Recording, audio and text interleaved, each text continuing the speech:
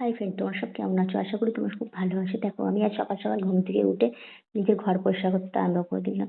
প্রত্যেকদিন ঘর পরিষ্কার করি, আমার দিদা বেশি করে, আমি একটু কম করি, কিন্তু আজকে দেখলাম অনেকটা নোংরা হয়েছে। কেন, আমার ছেলে খুব দুষ্টু।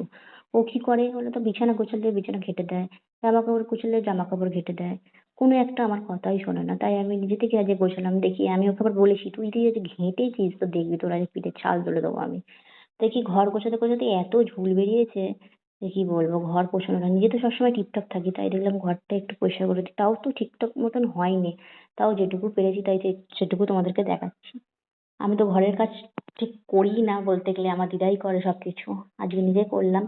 তা আজকে করেছি, আবার কতদিন পর করবো তার ঠিক নেই। দেখো, ঘর গোছানো তো হয়ে গেছে, রান্নাঘরটা পরিষ্কার করে নিচ্ছি। এবার রান্নাঘরটা আমার দিদা রান্না করে দিয়েছে আজকে, আমি রান্নাঘরটা পরিষ্কার করি। রান্নাঘরটা আমি রোজই করি, কারণ রান্নাঘরটা না রোজ করলে আমার ঠিক খেতে ইচ্ছে করে না, কারণ রান্নাঘরে জিনিসপত্র আমি সবকিছু ধুয়েই খাই। দেখো, ঘর